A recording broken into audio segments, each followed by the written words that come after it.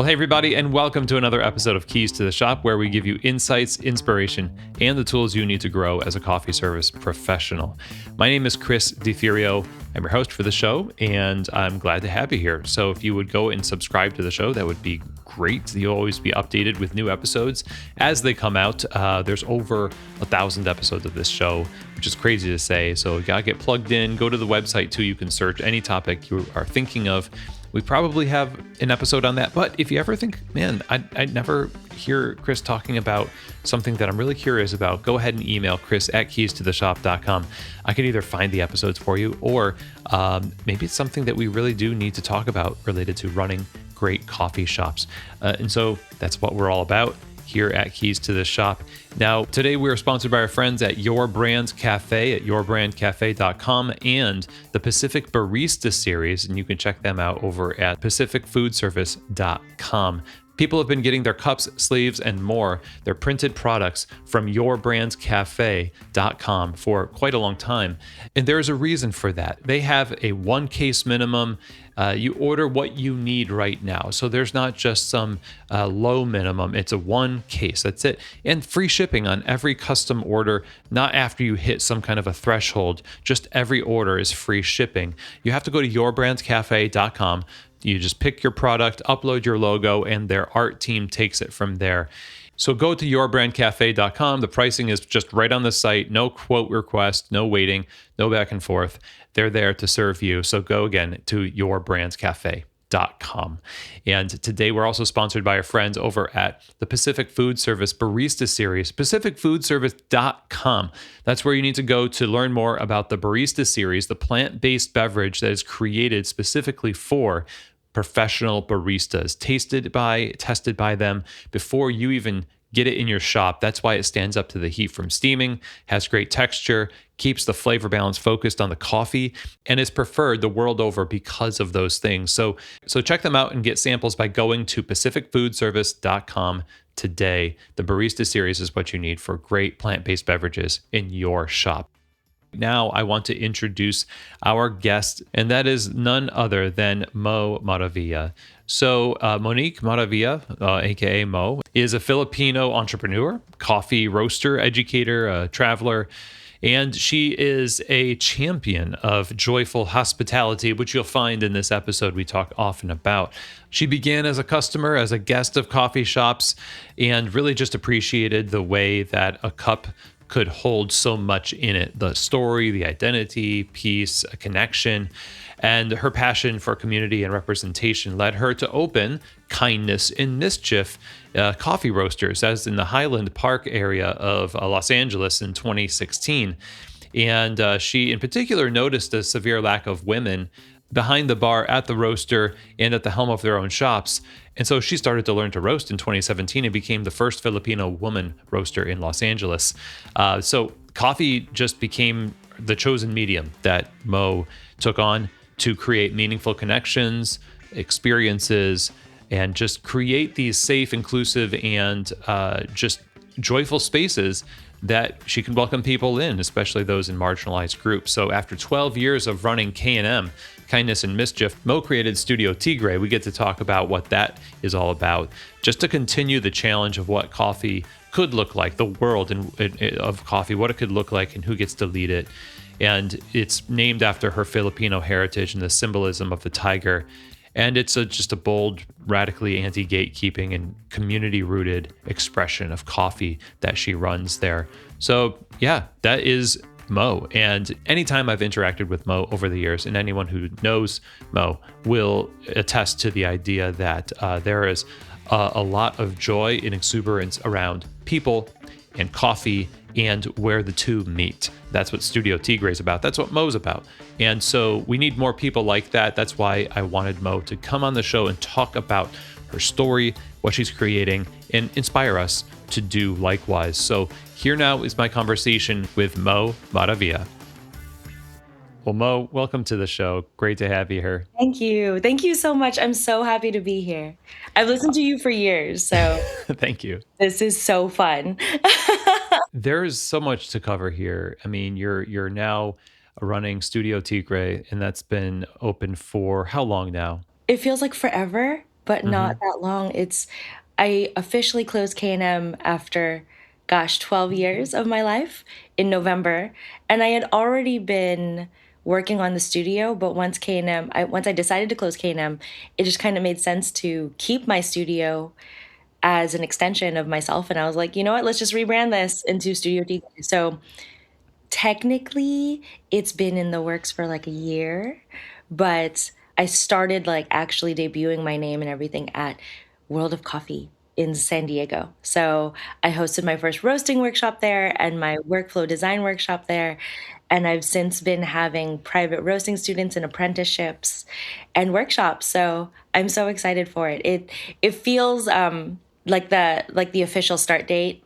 It feels like just malleable at this point. You're just like, when did it start? I don't Yeah, know. but it started, and you've been really out there, and I've seen so much about what you're doing. It's really a good energy about everything that you're doing.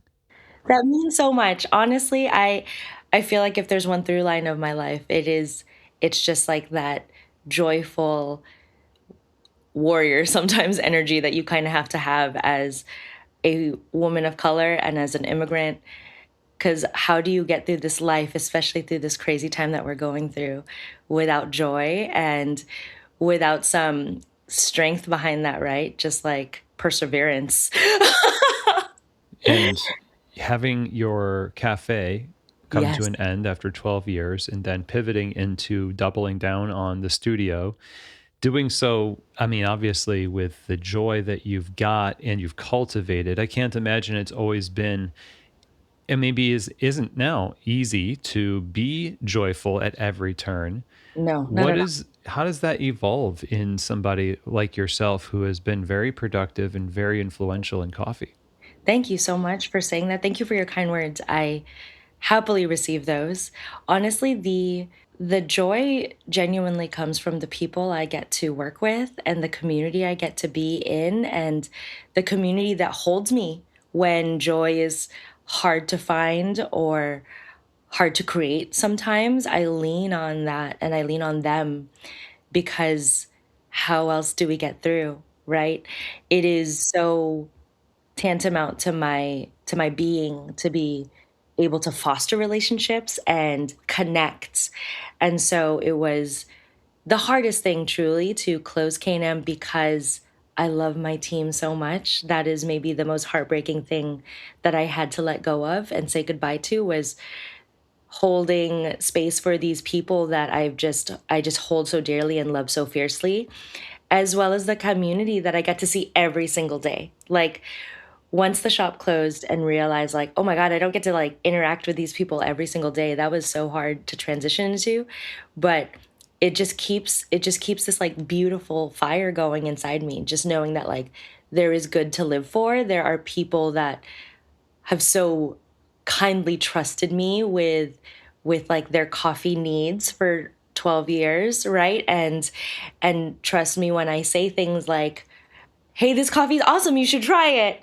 Even though it's not something that you would normally get, to me, that's huge. And I've seen families grow up. I've seen families go from not a family yet into a family, and their children are now grown up. So I don't take that for granted. And I hold a lot of that trust that they have given me with a lot of care. And I think a lot of my joy stems from when I remember how much love there has been given to something so crazy. Like, you know, most people like start out small and they're like, let me do a cart for a few years and get my name out there. No, I just started with like, let me open a brick and mortar and nobody knows me. And let me just do this. And that is a testament to the people I was able to work with and interact with and that community that was so open to receive me. So yeah, the joy comes from other people, to be honest.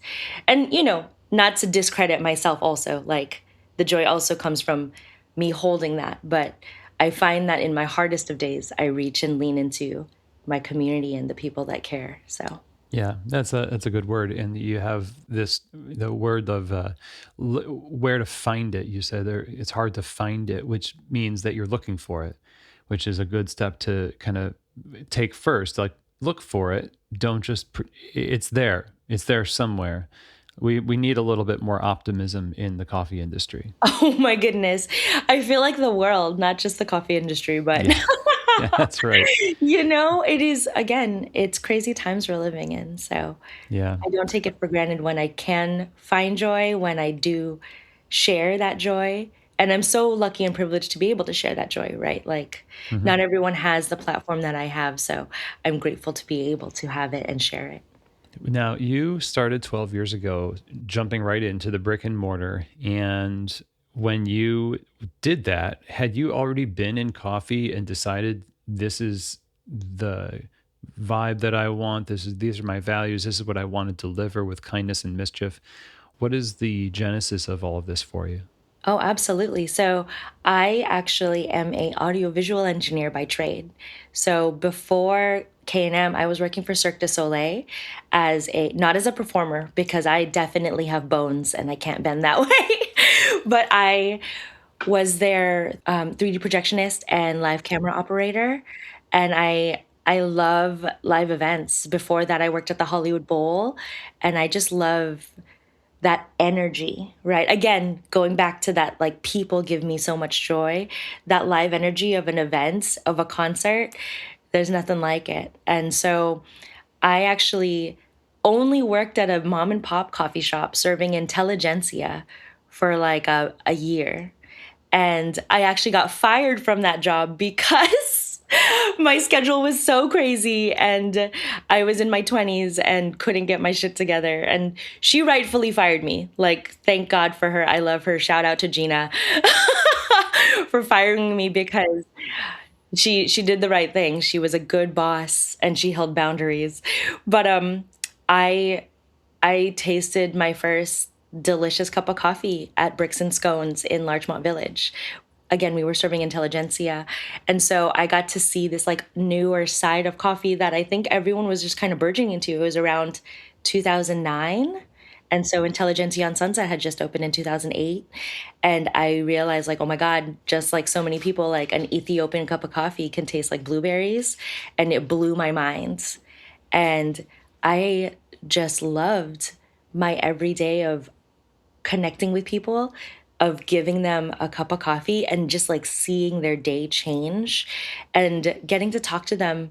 That synergy of the team I got to work with and then the people I got to serve, I realized I was just so happy during those simple, simple days. And when I ended my job at Cirque du Soleil, my show Iris closed at the Dolby and they offered me a job in Vegas. And I was like, thank you, no thank you. I do not want to move to Vegas. And so I was trying to figure out what to do. And my partner at the time, now he's my husband, good guy. He asked me like, well, when were you happiest? And we were on a road trip and I said, when I was working at the coffee shop. And he responded, then you should open a coffee shop. And at first, it was like a joke. But by the end of the road trip, it was like, I'm going to open a coffee shop. This is going to be great. And that's really where it started. And then I started looking at spaces. One thing about me, once you get to know me, is like once I set myself like a goal, I just like go and I want it all now. Like I want to get it done now, which is, for better or for worse, to a fault.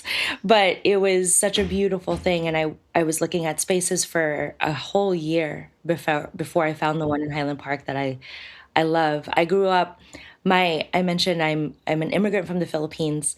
I moved here when I was around 3.5, 4, and we moved to Eagle Rock Glassell Park. And so this neighborhood that the shop was in was just so familiar to me. I grew up around there. I love it.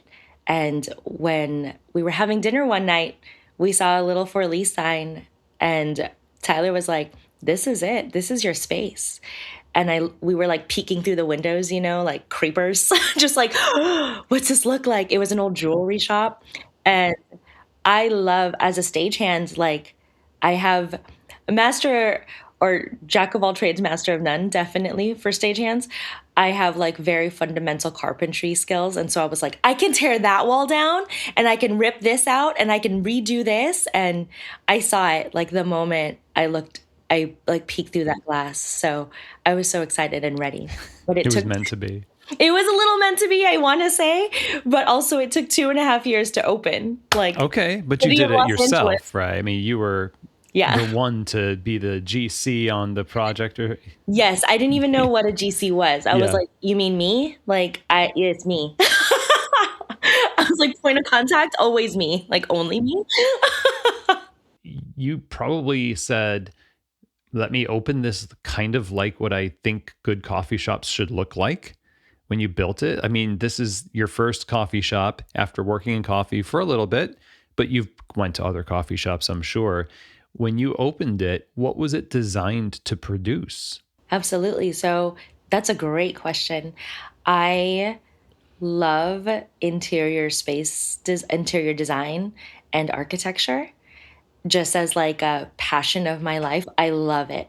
And I didn't even know what the word was at the time when I was doing it, but I was like sitting at coffee shops all over and studying their workflow because I was obsessed with it. I Mm, love efficiency and that synergy that you get when you have good design meets good people who can really, do that dance.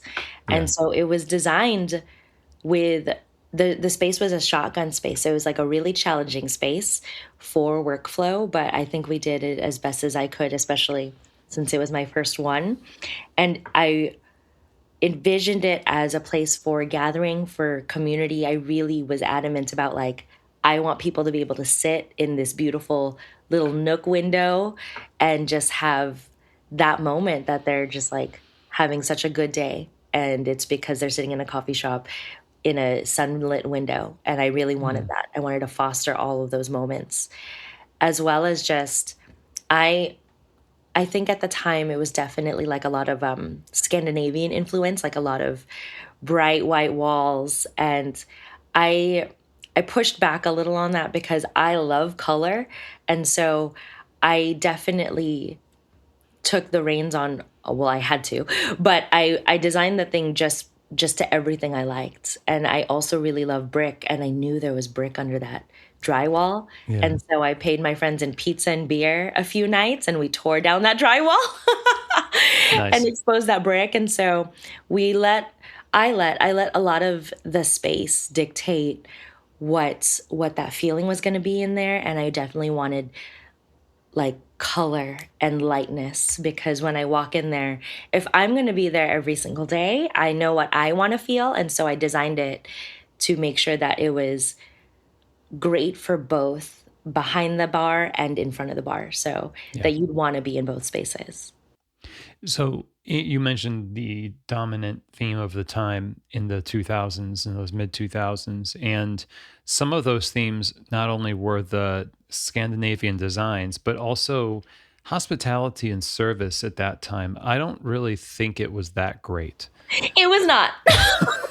I It think was we not. thought it was that great, but the customer was not, they didn't like it that much. So how did you, because I feel like the seeking of joy, the optimism, the color, and the feel and designing for the experience goes along with what I imagine is a focused. This is a kind of hospitality we want. What did you do there? Oh, absolutely. Thank you for that question. It's also, I love all your questions. I definitely had some fuel to my fire because of my experiences that I did not enjoy at certain coffee shops Mm, we shall not name. But it felt othering, it was pretentious, it felt frustrating when I was like, I am so excited to be here and spend my money on y'all, but you're making me feel like I'm dumb, or you're making me feel like you don't want me here. And for most people, that would just they would never come back. But again, I'm just like, well, I like being here, so I'm gonna just make you like me. Or even if you don't like me, I like being here, so I'm gonna sit here. right. So you're doing their job for them, really. Yeah, at times it felt like they should have paid me because I would be the first one to say hello. I'd be like, "How are you? How's your day going?" And not not in spite, right? Like I meant it. Like I Hmm. wanted to just ask them those questions, but did I always get it back? No. And that's okay because it also showed me exactly what I wanted to contrast my shop against. And I wanted to always have warmth, like lead the way. And that's actually why I named it Kindness and Mischief, because those two values of mine just always went hand in hand. Like, I believe that kindness is everything in this life, and it doesn't have to be boring, though, and it doesn't have to be weak, and it can be absolutely playful and joyful, which is where the mischief part comes in. So, hence the name. And it came from a Mary Oliver poem. So, I love her. Oh, yeah, yeah. She's a Yeah. great poet of nature themes, usually. Yes, yes, yes. She has Yeah. a whole poem book about dogs. Like, how could Oh, you not? yeah. Yeah. I've got one of her books somewhere back here. My sister is a Oh, big fan. Well, you have now this team of people, I suppose, that were working for you that when you opened up, how big was your team? not big. I want to, well, it could be big, I guess. It could have been me. It was definitely me from open to close every single day. And I had one of my best friends. He was like my manager lead. He didn't really have a title, he just kind of did it with me. And then I think I had six other people.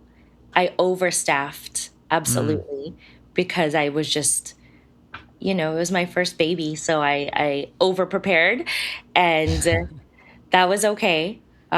It was a learning lesson, but now that I know, like, oh, absolutely, Mo, those days were not nearly busy enough for you to have that many people on the team.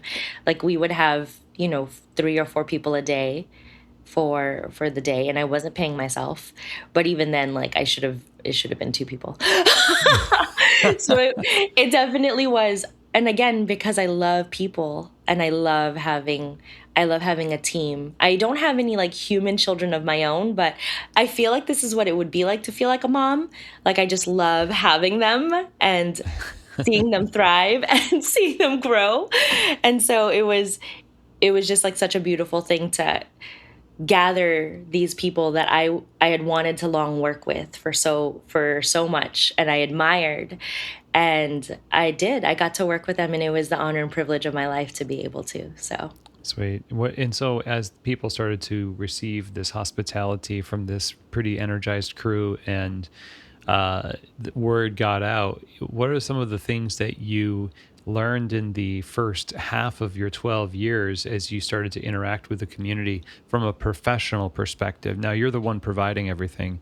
The coffee shop experience, and they're kind of voting with their dollars, giving feedback, and you're growing the business. What are some of the biggest lessons you took from that first half of kindness and mischief? absolutely, I love this question because it definitely speaks to how much you can listen and how much you want to listen as a business owner, because sometimes you just want to be like, no, this is mine, this is Hmm. mine, and you realize sometimes that's not actually the answer. Sometimes the answer is actually like, who am I serving? Is it me or is it the community? What do I want to compromise on, and what do I want to change? Like there's no harsher mirror than small business life and small business ownership and leadership, right? To really show you your strengths and your weaknesses, and where you can take a closer look and be like, "Ooh, I don't really like that part." And are you going to change it? It was funny because as we were talking about, hospitality back then was a little bit, it had a lot of room for improvement. Some of my regulars at first were like, why are they so nice? Like legit, they were just like, why are they so nice? Like there's the skepticism. We definitely got a bunch of those. And then they just kept coming back. And they were like, I don't really know why. And as that relationship, got fostered and nurtured, eventually they told me, they're like, at first we were like, why are y'all so nice? This is so weird. Why are you always saying hello to us when we come in? And I was like, why wouldn't we? And she goes, and then we realized, is it something wrong with us? Like, why are they so nice? And I was like, thanks, I appreciate you. It was just like this funny push of like, I've I've seen other shops do this, and I'm not used to people being nice to me. So there's so much skepticism of like, what the hell is wrong with these people? Why are they so jolly when we walk in? That's a big issue of we did that to them. That's the coffee industry at large did that to them, and now you get to heal them. I I hope so. I hope we did. And honestly, we just did through our own, like, we wanted to know you. We wanted to connect with you, right? We wanted to know your name and your drink, and like ask you how you were doing, like what was up, like what's good. And that was actually one of the key things that I like hammered into training was like, you always ask their name. You always ask how they are. Like, we learn names here. We call things out, like, by knowing who they are, not just, and obviously, like, you will always forget sometimes. Sometimes you're going to be like that dude with cold brew. Or like, I remember your dog's name, but I can't remember you right now. Like, but we try our best. And I think that trying your best looks so different to different shops, but our best was always like leading with warmth and care and like, and just authentic, genuine, like sincere care, right? Like, if this is the only time I ever get to interact with you in our life, like, I hope you had a really good time here. And I hope Yeah. I gave you like the most positive experience I ever could. So, Well, I mean, 12 years of that really makes an impact on a community of people and kind yes, of balances and rights the scales a little bit. And no doubt you've had your fair share of opportunities to talk to other people about how they can take a little piece of that and apply it, or even that there's room in the industry for that kind of an approach to coffee shops because, absolutely. yeah, maybe we're a little bit too um, stodgy and you can have fun doing it. Absolutely. And that was the other fun. The other question was, are you having fun?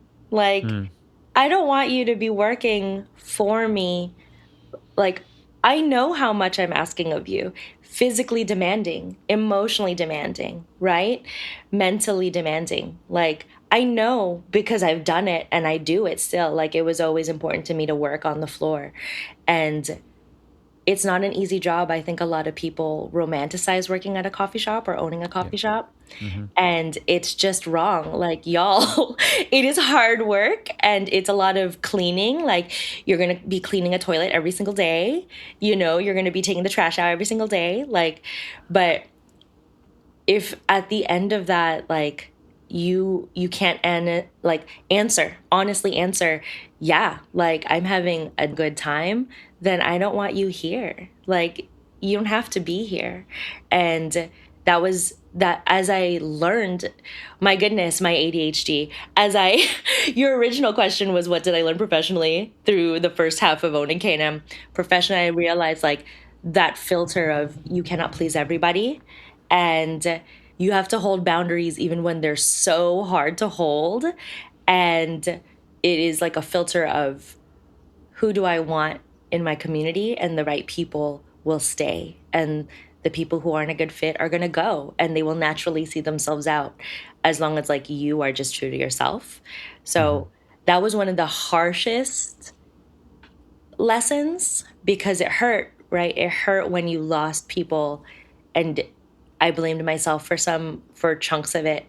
And I realized it isn't always about me. It's also just like, sometimes we're not a good fit for each other, and that's okay. Yeah. It is knowing my worth and knowing when to just say, hey, this is not good. And Yeah. hey, this is a boundary I'm not willing to cross. So, Right. I mean, you're responsible for more than the individual relationships. You're responsible for the entire foundation of this business that supplies a living to everybody, coffee to everybody. And as a roaster, you know, you're connected to the farmer in a way that they hope you do a good job and can have a consistent delivery of quality. Did you roast right away when you started, or did you just start after you got your feet under you with the cafe? Thank you for asking that. So I had always wanted to open as a roaster, but I realized small business delusionment, right? You have to be a special kind of crazy to open a small business. And then sometimes something's got to give. And so I opened as a multi roaster as I was seeking to learn how to roast and Hmm. eventually become our own roaster. But I again fuel to that fire that made me open K&M in the first place. That othering that I was like, wow, this sucks, guys. Like this sucks. I can do it better. I'm gonna build my own shop. Same reason I got into roasting. I was like, why do I not see any women of color as roasters? Mm. And where is that accessibility? Where is that openness of sharing? And it was so hard to find that it made me want to just do it even faster and share it with my team. And so I started roasting, learning how to roast. And, I, across all my social media channels, I'm so loud about it. I'm just like, yeah, I faced a ton of gatekeeping when I was looking to roast. Mm. And it hurt. It sucked because I was like, wow, I thought we had come so far from this, but I guess it's not true. And people I thought who were friends suddenly got really closed up when I asked to learn how to roast. It felt like they felt threatened that I was going to take their job, or their roasting techniques were some secret recipe that only they could have. And it Sure. felt so like just shoving me out of the room again and like closing this door. Mm. And I hated that. I was like, this is ridiculous. Roasting is math and science. Like it is available to everyone, and it is learnable and teachable. So fast forward, which I was like, okay, well, we're gonna do that now, which is what I do with Studio Tigre. I'm just like, no, y'all, like, if you want to roast, you got to learn how to do math really fast. You got to do some science, and you got to just be really committed to it, because roasting is like a ton of repetition. And if you're down, then you can do this also, just like I did. I started from zero knowing anything about roasting. And I was lucky enough to finally have someone say yes, right? And that's the other thing. It just takes one yes. Like Hmm. whoever that yes is can change your life. And so getting a friend, shout out to Rose Park Roasters and Seven Syllables Coffee Roasters for teaching me how to roast, because those people were so patient with me.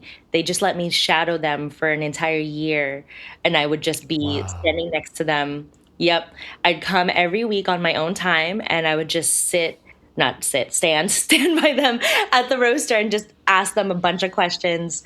And they were so gracious with their explanations and letting me cup with them, and like really teaching me like, if you want to be a roaster, like this is what happens. Like it's a lot of sometimes lonely work. It's a lot of repetitious work, and it's a lot of double checking your work and data. And at first I was like, "Ooh, I don't know if I like this." At first I was like, "Oh my God, my math skills aren't great for this. Like this is hard."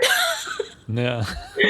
Oh my God. But it was so beautiful to like use my brain in that different way, and then realize roasting actually for me is a means to an end to connect to even more people. Like I Hmm. wanted those connections and those relationships at origin with this coffee. Like if I'm going to be serving something, I really want to believe in it, and I want to know who made it.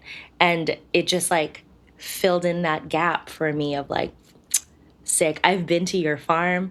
I know you and your children. Like we laughed and broke bread together, right? And now I get to roast your coffee and like really honor all your work and share it with people. Like what a dream come true. So, Wow. So you started roasting and after the apprenticeship. When were you very comfortable with roasting, where it became something that you then could teach somebody else how to do rather than you still teaching yourself? that's a great question. So, I started learning how to roast in 2017, and it took me a full year to feel confident enough before I released our own K&M roasts, right? Mm. Before I put my name on a roast and released it to the world, I didn't do it for a whole year. And then I roasted alone through a chunk of the pandemic, which got real lonely. And I think that's when it really started to hone in on like, oh my God, like I miss being around people. I Yeah. miss, and also because of the pandemic, a lot of people were also kind of shifting jobs and like testing out the waters for other things that they might want to do. And so I got a lot of people asking like, "Hey, can I come shadow you?" And the answer was always yes when it wasn't a pandemic, but when it was, I was like, "I'm so sorry. Like I'm not allowed to have anybody else here with me for like the roastery, Yeah. for like the safety protocols that we were following." And after that, once the all of that black hole of a time kind of finally faded away, I was like, it's a value of mine to bring every single person on my team to roast. And so every week we would rotate a person on my team into the roastery with me because I was like, Wow. I want them to do Okay. this. Yeah. Yeah. And it was so fun. And it made me cut my teeth on how to teach people because I am not a great multitasker naturally. My ADHD is just like pew pew pew pew pew, and so definitely at the beginning it was like, oh my God, how do I talk and roast at the same time? And so it allowed me to realize like how to do this, how to get better at it, and it was just every week. And it was a wonderful way to learn how to teach and to teach someone and have that feedback of, hey, I don't really understand what you're saying. I'm not, because I was teaching a different team member every single week. Yeah. And then, I wouldn't have the same person for a good full rotation, which would be like, at that point, I think we had like 10 people on our team. So it would be 10 weeks before they would come back into the roastery, right? So it was so fun and it was crazy. And it was definitely a very expensive thing because I'm paying them for their time. So it was a labor of love and I'm so glad I did it. But yeah, it taught me how to rephrase things. It taught me how to ask people how best they learned, right? And it taught me what subjects could possibly be taught better if I did this. Yeah. And we also had the beautiful privilege of, hey, we roasted this and now you get to directly taste it because we're serving this on bar. Like, you know exactly what happened during that roast. And we also cupped with the team every single week, every single batch. So it was it was quite the experience, the learning experience, the teaching experience, and the QC experience of just trial by fire at that point. Well, I mean, it seems like you're kind of entering into this phase of your professional life where you're learning how to teach and learning how much you enjoy teaching. And that relationship component is still there when you're welcoming people in, doing for them what others wouldn't do for you when you're wanting to learn. And I wonder how much of that is how you decided to start the studio. Like, is that the reason why the studio started to become a thing? That's a great question, and the answer is actually no. The answer for the studio was because I love having something expand, Mm, not out of necessity. Actually, that's the fastest way to get something to die with me. If you demand something of me, I will squash it like pretty quickly. But I love being creative and I love just like if I'm passionate about something, I want to pursue it. And so I realized that I wanted to have a different way of serving that we could slow down because it was a double-edged sword. The shop was getting so big and busy and it was wonderful, but it meant that I wasn't able to be on the floor as much as I wanted and I wasn't able to connect with people as much as I wanted because my time was getting taken by all the other things of being a business owner, right? Needing to run a business means I yeah. can't always just be on bar. Like, I cannot be a barista. I must be a business owner. And I realized I wanted a different way to serve and I wanted a way to slow down my service so that I could really just spend some like quality time getting to talk to these people that were pretty passionate. Like if they were coming into the studio, it was going to be like a omakase style, which is where the coffee omakase started in my head of like, I wasn't even calling it an omakase at that point. I was just calling it like the studio experience, like Blue Bottle, like the Blue Bottle studio experience. I wanted something like that where I was like, I just love this idea of such a curated experience, an event for them where you have my time and my attention fully.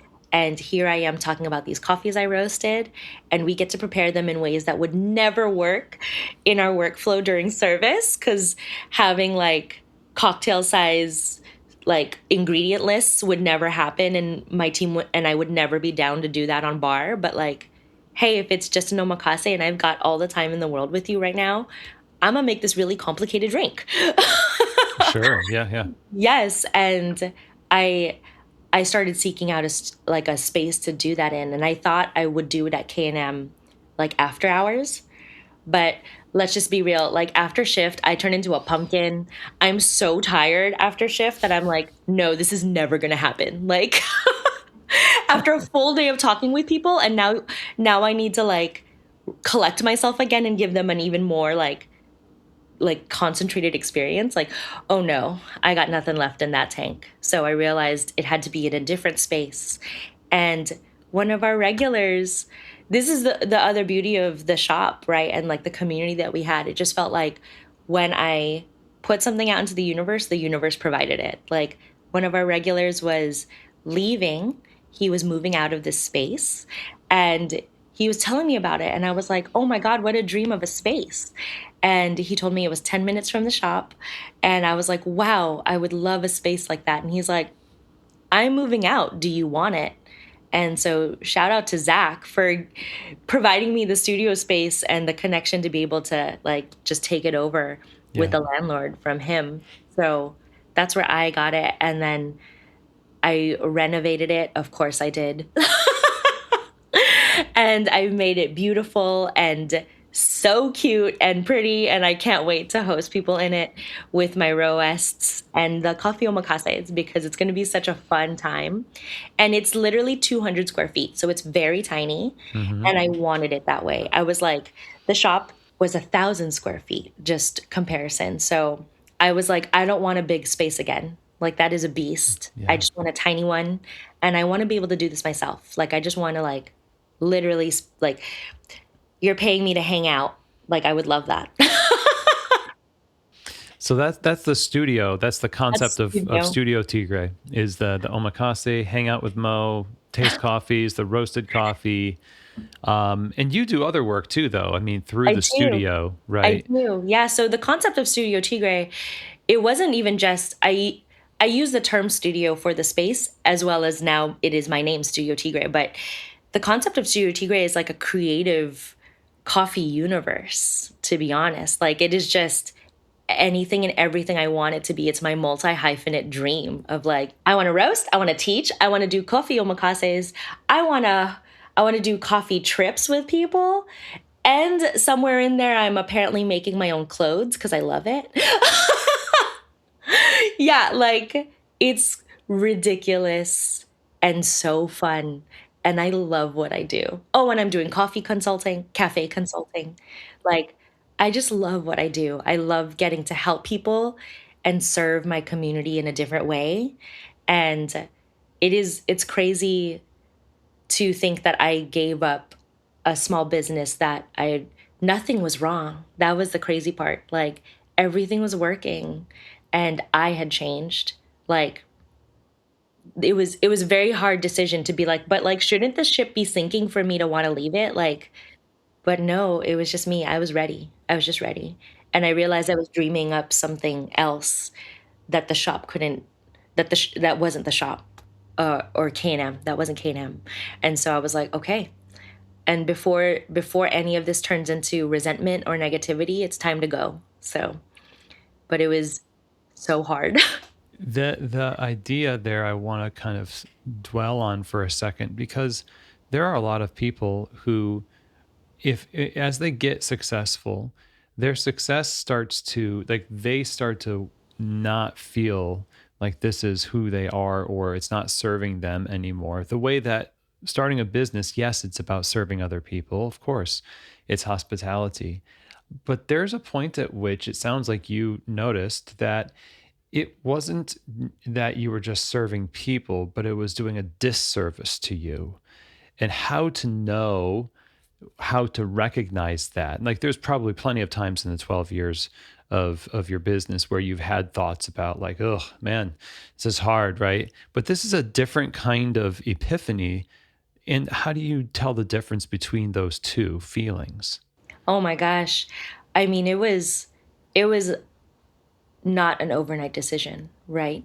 It came with a lot of like tears and searching in myself of like, do I still really want this? Because small business is not for the faint of heart. It is going to be the hardest thing you'll ever do, but it'll also be the most rewarding thing that you ever do. And like I mentioned earlier, it is the harshest reflection of yourself right back at you, you know? And so it made me question when what is my boundary, right? What are my boundaries for myself, for my life? Where do I want to be Mm, when I see myself down the line 5 years, 10 years? And what do I want to be doing? Because I think it really always boiled down to this question of, are you having fun? Right? Same question I would ask my team. I give them that grace. I want to give it to myself. Like, am I having fun? And not to confuse fun with easy, because it is definitely not easy. There are so many hard, painful, devastating days that are absolutely not fun, but the answer was still yes, right? The answer was still yes. I love this.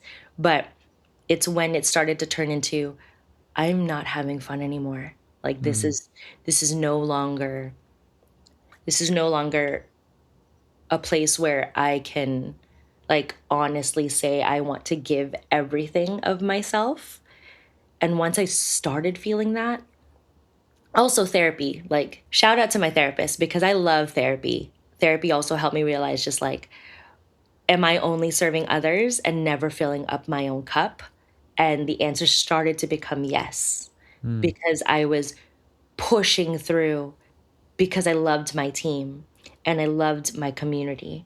But at some point, you're like, wait, I cannot just live for my team or my community. Like, I must also fill fill myself up, fill up my joy. And if that is not in balance, it won't always be. But if there's never a chance to give myself any priority, then I gotta go. I always said that if I were to ever close K&M, we were never gonna go out dying. I never wanted to become a shell of itself. And so I always said, like, if we're gonna go out, we're gonna go out like the sun. Like I just want it to be like the brightest, highest moment, like, winning the World Cup or winning the NBA championships. Like I want to go out on a high note.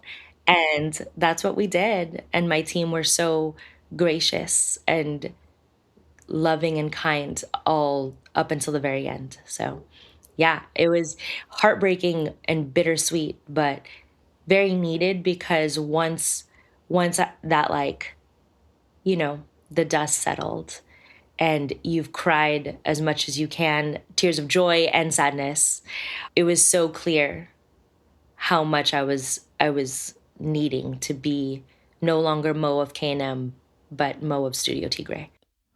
That's great. You kind of have this example of coffee shops that they keep going because they need to, or maybe they just feel compelled to, and sometimes when that spark is lost but the industry of it is continued, there's a certain thing that happens where it just doesn't feel like it felt before, and it can become a shell of itself. Now there are people who run cafes for 20, 30 years, and there's like Hyperion Espresso in Virginia has been going for like 30 years, one location, and they're doing the same kind of thing that they always have done, right?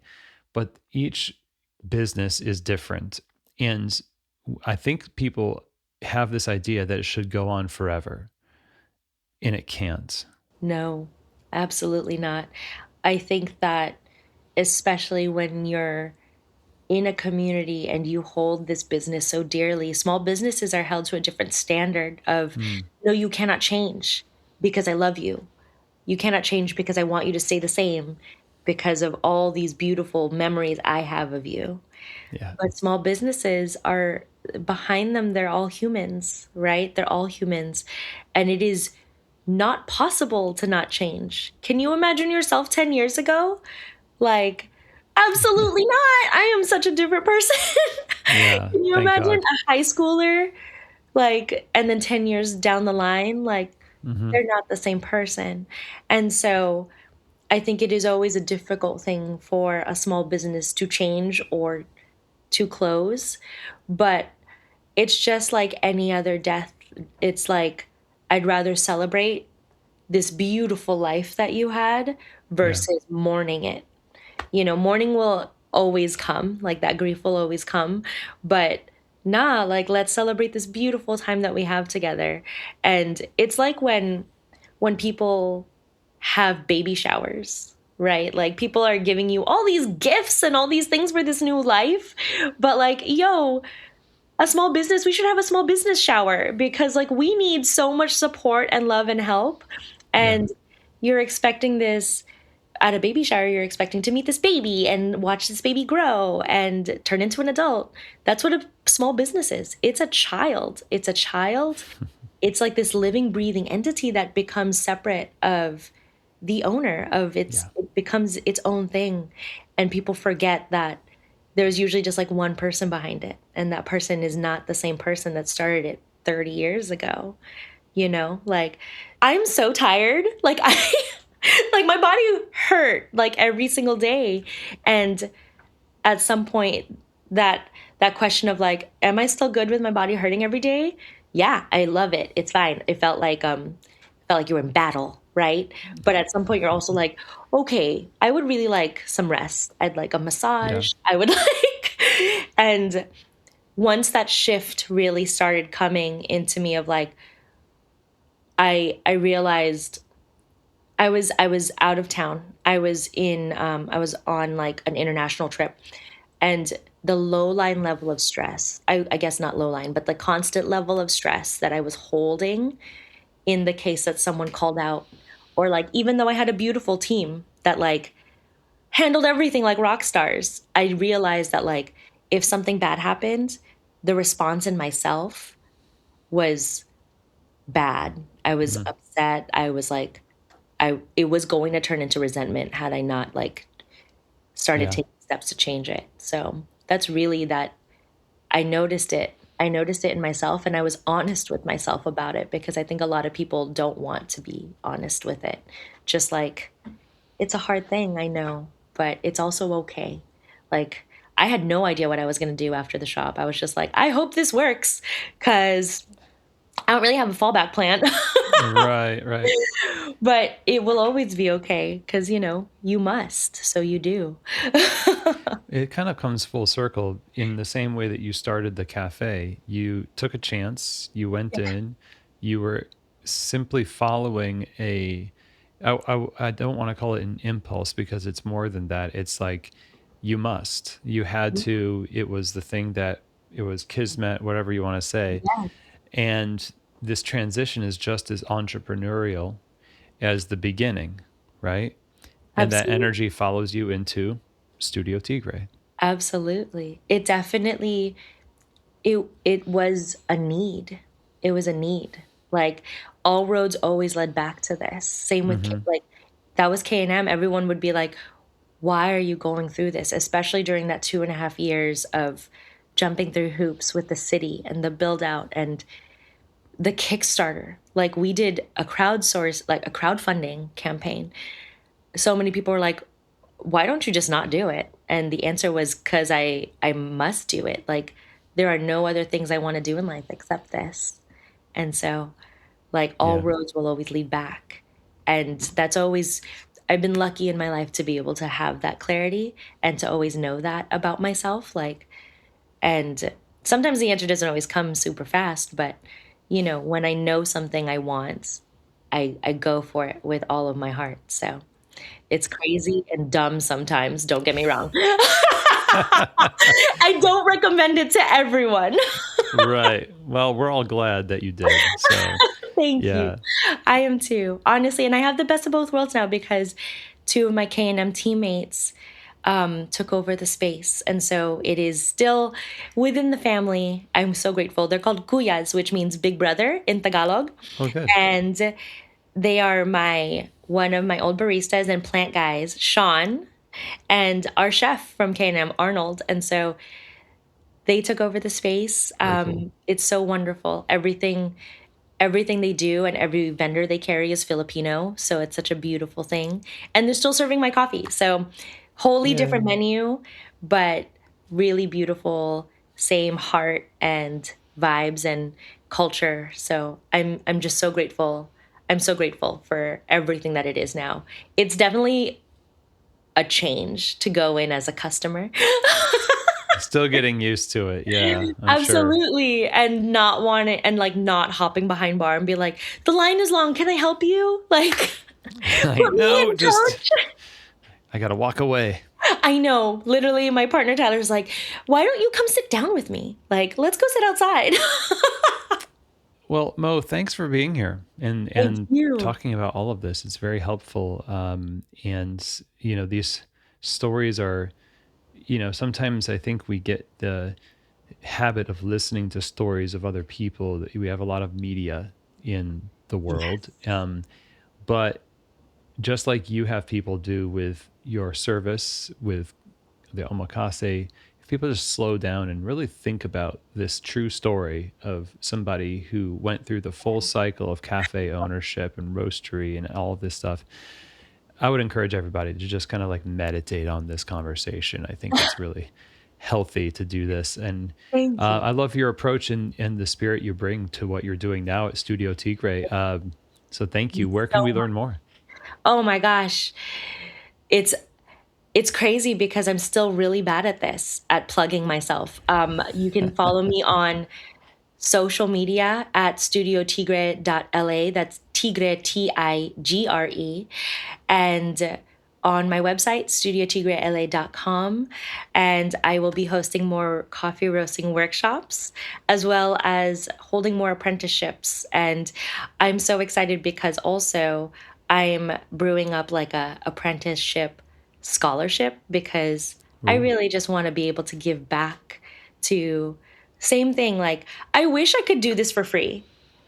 La Marzocco, Cafe Imports, anyone who wants to sponsor me, give me all this money. Slayer, give me the money so that I can just offer this service for free because I really want to. But obviously, we live in capitalism. And so I still have to make a living. But I want to be able to offer at least like one free student, maybe once a quarter or something like that. So keep an eye out for that as well. And yeah, like, please don't be afraid to talk to me. I know that sometimes it feels like we're unreachable, but we're just human. We're just That's right. humans Yes. on the other side of these names, like keys to the shop. Like, Chris, I have your number now. Expect text from me and funny weird gifs. Nice. And like, you have my number and feel free to always text me and like message me, y'all. Like, I'm human and I will respond. Not always the fastest because I'm always human and I don't always That's respond. right. That's right. But right, like, I think people forget that. Like, we're just here, we're doing our thing and we're doing our best. So Sure. Great. Well, thank you so much, Mo. thank you for having me. This was such a pleasure. All right, everybody. Well, I hope that you were inspired by that conversation with Mo. I don't know how you couldn't be, frankly, but a huge thank you to Mo for being on the episode today and having this conversation with us. If you are interested in learning more about Studio Tigre, go ahead and check out studiotigrela.com. You can also find them on Instagram over at studiotigre.la. And go follow them for more about workshops and the omakase, the classes and services, everything else that Mo is offering there. It is, as they say on the Instagram account, a coffee universe. So Mo, thank you so much again for being an inspiration to us here in coffee with what you've built and what you continue to build and invest into people through coffee. So if you have any questions or comments about this episode, or you have anything else you'd like to talk to me about, you can email chris@keystotheshop.com, and you can also inquire there about consulting and coaching through Keys to the Shop Coaching and Consulting. We have our webinar coming up here shortly. So go to keystotheshop.com, click on learning, and you'll be directed to get registered right there. There's a link in the show notes as well. So thanks, everybody. I hope that you have a great day. And as always, I hope that this episode has truly given you keys to the shop.